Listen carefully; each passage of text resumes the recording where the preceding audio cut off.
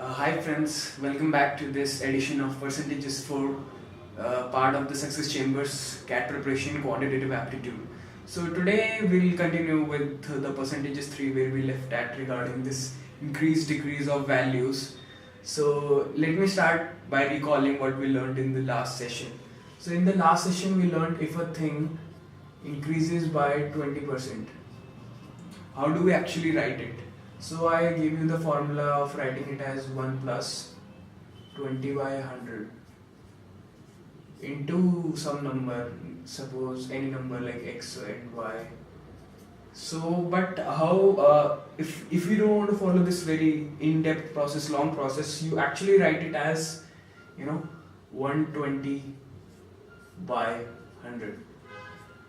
So this is actually 20% increase in a number, and the resultant number will come out when you multiply xy by 120 by 100, and the resultant number suppose maybe pq.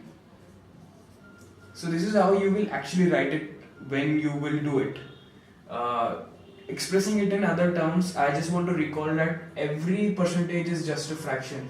So if I say a thing has increased by 20%, it is actually the thing into 0.2. So xy into 0.2 is the effective increase. This is actually what a percentage means. So 20% means 20 by 100. This is what you will do. So if you want to write increase of 20% and find the resultant number that would actually come out, so you would say xy into 1 plus 0.2. So this would same number pq would come out. So this is how you would actually write it, both in percentage terms. Percentage terms you will write 120 upon 100. So thing becomes 120%. And if you want to write in fraction terms, you will write 1.2. So moving on, so let's say 60, and we want to increase by 20%. I would write 1.2, 1 plus 0.2, or I would write 60 into 120%, that is 120 by 100. Very simple, very easy, but you need to be very clear with these concepts and very fast with them so that they actually come into use when you are in the real tough situation of a test, maybe a CAT exam or a bank or a PU for that matter. So you would write 60 and 12, very simple, 72. So next thing that we can focus on is finding back original value. So when I say a thing has increased by 20%, 60 has increased by 20%, it has become 72. How do you bring back a number that has increased to its original value? So if I say 60 has increased by some amount and I don't give you the number, say suppose 20%, we know, but if I don't, I say something has increased by X percent and it has become 72. So how do you get back to 60? So in this case, a thing has increased by 20%, but what should be the percentage decrease so that it gets back to its original value? Very simple, but this thing needs to be ingrained in your mind. So you see 60 into 1.2 becomes 72, right? Just I'm taking an example that I've just taken above so that you get things easily, and next thing I'll take an example without the values. So if I want to say if I want to get to 60 back from 72, I would actually divide it by 1.2. So how do you calculate what is the decrease? Actually the decrease is 72 into 1 by 1.2.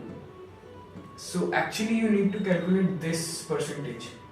This percentage is certainly less than 100. If you calculate this percentage as part of something, you will find the amount of decrease required.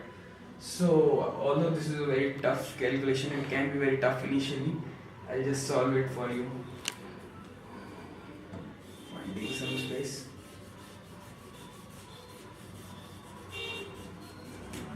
So 1 by 1.2 is nothing but 10 by 12. You would say 5 by 6.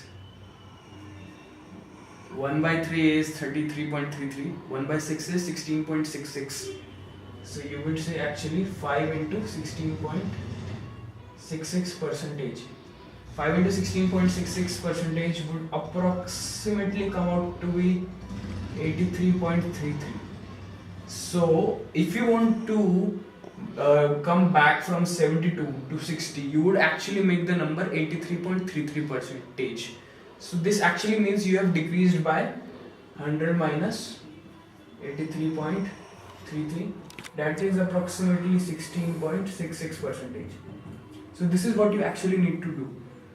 So I think I missed one thing here. So this is like an increase case, but for a decrease case, what would you write? So if I say 60 has decreased by 20%, so you would write 1 minus 0.2, or you would write 60 into 80 by 100, right?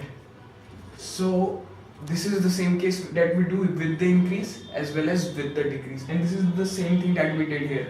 If something becomes 83.33 percentage, it actually means a decrease of about 16.66 percentage has happened, and if a thing is 100%, it remains constant. But if it is 120%, it will increase. If it is less than 100, it will decrease, because effectively 80 by 100 is nothing but 0.8. So that thing will definitely get decreased. So moving on to the next thing, that is crucial, is percentage points change, which can be a new thing for many of you. So if I say something has increased by 25%, or let's say decrease of 20%, and if I compare it with another value, and suppose in that value, suppose P has increased by 25%, and QP, this is another example, P has decreased by 20%. In the first case, if I say Q has increased by suppose 20%, what is the effective percentage points change? Just remember, P and Q can have different values, but the effective percentage points change, it compares only the percentages. It doesn't take into account the absolute value. So you would say the percentage points change is effectively 5%. That is the difference between 25% and 20%. Similarly, if I say Q has increased by 20% for the second case as well, effectively this percentage points change is 20 plus 20, 40. Because Q is increasing and P is decreasing. We are not taking into account the values of P and Q, which may be anything, any number. Suppose 20, 60, 40, 90, anything. But we are taking into account only the percentages, and that is how this percentage points change is calculated. It is effectively only in terms of percentage, nothing else taken into account. So in this case, we saw because there is a decrease in P and an increase in Q, they are get added because they are opposite in signs. But since P is also increasing and Q is also increasing, here the percentage point change is effectively 5%. So in this video, we'll continue from percentages we left, but we'll discuss first of all few quick formulas that are really important to perform in competitions really fast. So in the last video, when we discussed finding original value, one formula that you can directly apply, I told you the logic is important, but formulas are important as well to do fast calculations. So you can write it as, if you want to say something has increased by X%, you have to find out the increase. You would say 1 plus X by 100, where X% is the increase. Similarly, if you want to say something has decreased by X%, you would write down 1 minus X by 100. If you want to find the original value, you would multiply something by, which is the reciprocal of this actually, that is 100 plus X upon X into 100. You can see 100 goes this side, 100 plus X upon 100, and the reciprocal of this is this, exactly this. Similarly, in this case, if something has decreased by X% and then you want to get it back to the original value, you would actually multiply it by this number, 100 minus X upon X into 100. So if I say something has increased by this much and it gets to suppose different number, say y, so by how much y should be decreased to get back the original value? This is the percentage that you need to calculate. Similarly, if something has decreased by this much amount, x percentage, the new value that you get may be y. So how much should it increase? Which is actually this. And this will calculate by simple mathematics, dividing, cancelling out, and finding out this percent in percentage terms. Very simple, just as I showed you in percentages 4. Next, one more formula that I would like to discuss here is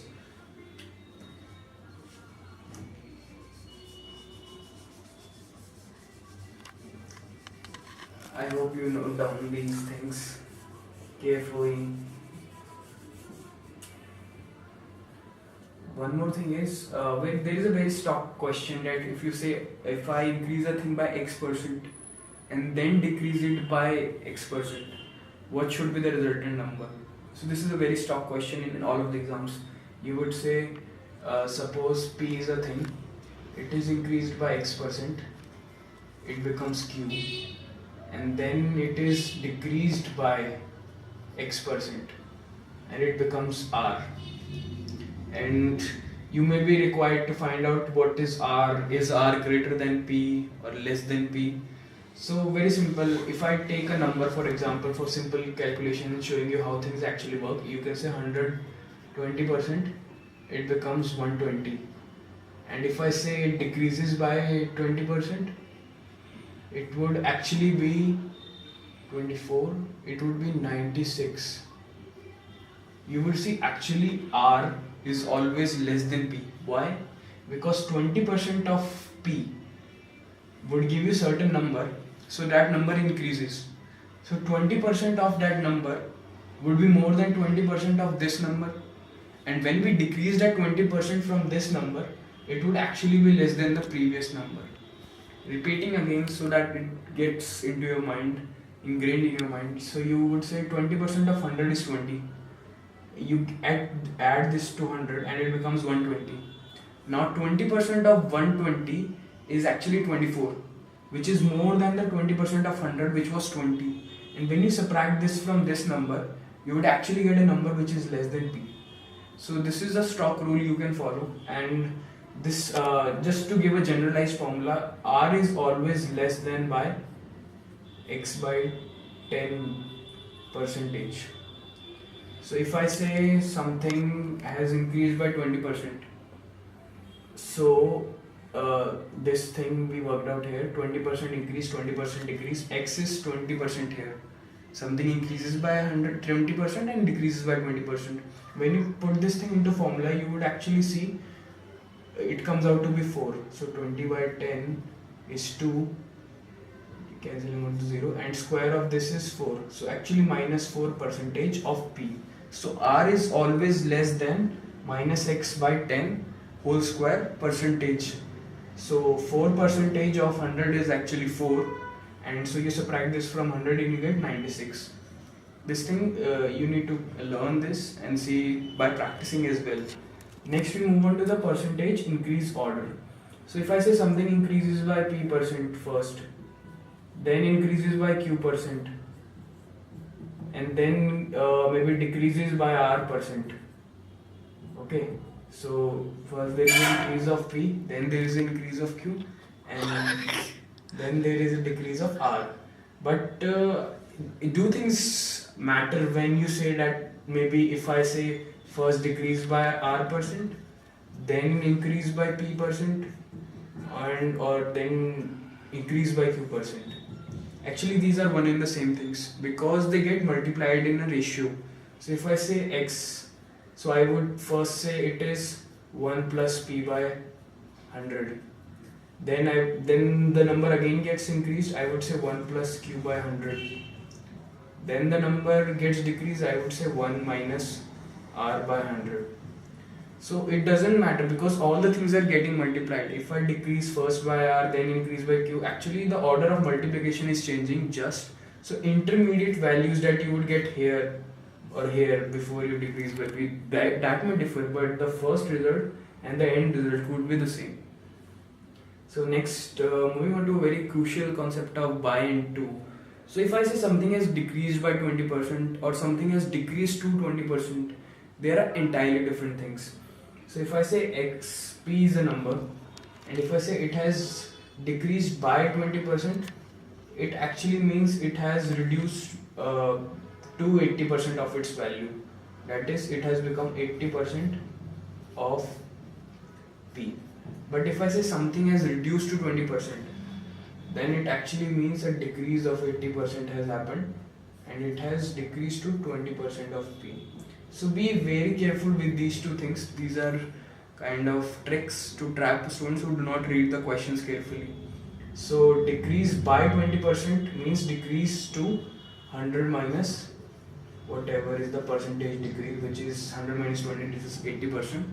But if you say decrease to 20%, then you actually mean what should be the amount of percentage decrease so that it actually gets to 20% of that number. So that is 100 minus 20 and you actually get 80%. Similar is the case with increase.